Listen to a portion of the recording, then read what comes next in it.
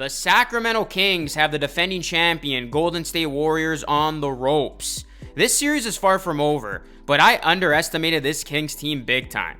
I picked the Dubs to win the series, but so far it's looked like the Warriors have met their match. The Kings are young, they're hungry, and if the Warriors don't turn this around quick, the Kings are about to knock them out of the playoffs. This Kings crowd has been absolutely electric. This has been the best home crowd I've seen in the NBA playoffs in years. The Kings, of course, finally broke their playoff drought, making the playoffs for the first time since 2006, and the fans have responded brilliantly. What's going on, everyone? It is Luca here, back with another video. In this one, I'm going to be taking a look at the Sacramento Kings and what they've done so far in the series, and I'm going to give you some of my takeaways. If you guys do me a solid favor, please hit a like on this video. It does help the algorithm a ton. And please subscribe to the channel for more Kings and NBA content just like this. So, the first thing I want to talk about and my first takeaway that we're going to get into here is this Sacramento Kings team. They did what they needed to do. For as simple as that sounds, the Kings have struck first, and that's what they had to do going up against this Golden State Warriors team, the defending champions, a team that has accomplished everything there is to accomplish. And let's call a spade a spade. A lot of people dismissed the Kings coming into the playoffs. It seemed like the Warriors had a favorable first-round matchup after they wound up being sixth. And everybody was talking about how the inexperience of Sacramento could be a big factor in a matchup against the very experienced Golden State Warriors. And the Kings, they entered the postseason having lost 5 of their final 7 home games of the regular season, as they did finish with a 23-18 record in Sacramento. While the Kings finished the regular season with a better road record at 25-16 than home record, they knew they had to take care of business at home to give themselves a chance to knock off the defending champs. And that's exactly what they did. The Kings protected home court in a big way. They got a thrilling win on Saturday night, and they didn't let a slow start derail them in Game 2 as the Sacramento Kings just kept coming.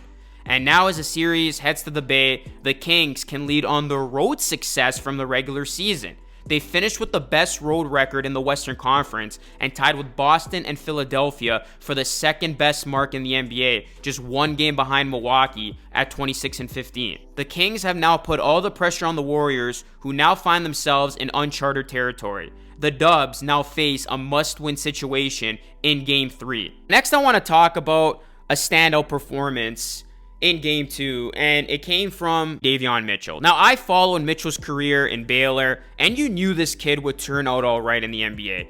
Davion Mitchell delivered with his defense, and he hit a dagger 3 in Game 2. In Game 1, the Kings got huge bench contributions from Malik Monk, who scored 32, and Trey Lyles, who had 16 to keep Sacramento in the game while their starter struggled and helped deliver late in a 3-point win. And in Game 2, it was Malik Monk who once again shined off the bench with 18, but this time he was joined by backup point guard Davion Mitchell, who finished this game with 14 points, 3 assists, 2 steals, and 2 3-pointers in the win.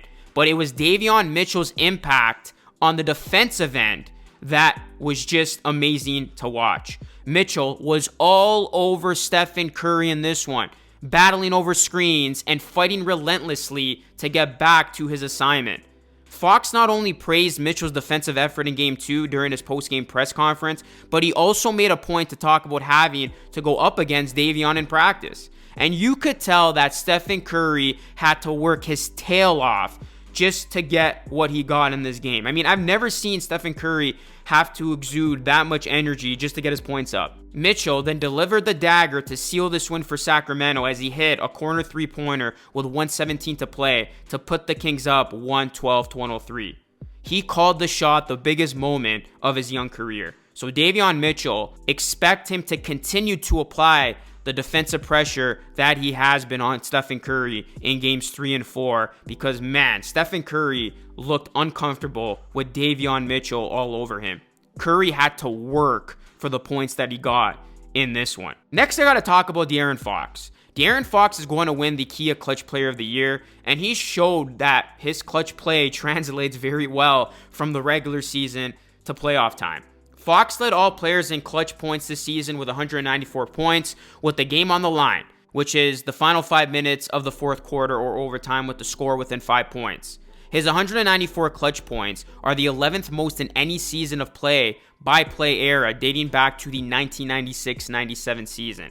And Fox now leads all postseason players with 13 clutch points in the first 2 games of the series. He had 8 in Game 1 and posted another 5 in Game 2. Fox is shooting 4 of 8 from the field and 3 of 3 from three-point range in clutch moments in this series, as the Kings have done a great job outscoring the Warriors by 14 points in 8 clutch minutes. Fox will now look to bring that clutch gene on the road.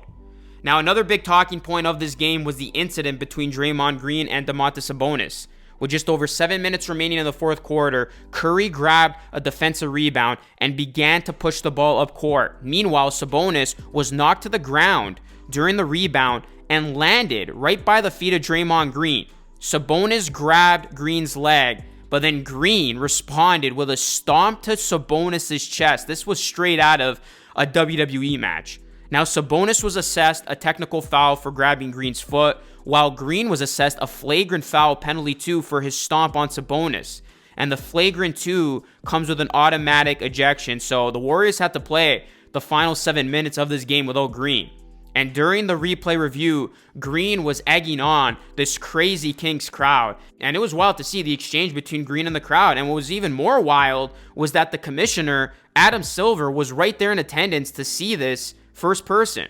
Now, the question that remains is, will there be more of a follow from the incident? Will Green get any further discipline after the play is reviewed more closely by the league? And we'll also see what happens with Sabonis. Now, Sabonis, he was able to return and finish the game, but he did miss both free throws from the flagrant 2, and he seemed to be in a lot of discomfort. Sabonis took a beating in Game 2, and Sabonis did receive x-rays following the game, which came back negative, but it will still be interesting to hear how he feels come Game 3. The Kings now have the Warriors in a very unfamiliar spot, and I'm curious to see how the Warriors will ultimately respond. This is the first time the Warriors have faced an 0-2 series deficit in the Stephen Curry era, and this is what Draymond Green said about it. That's exciting, all right? It's a new challenge.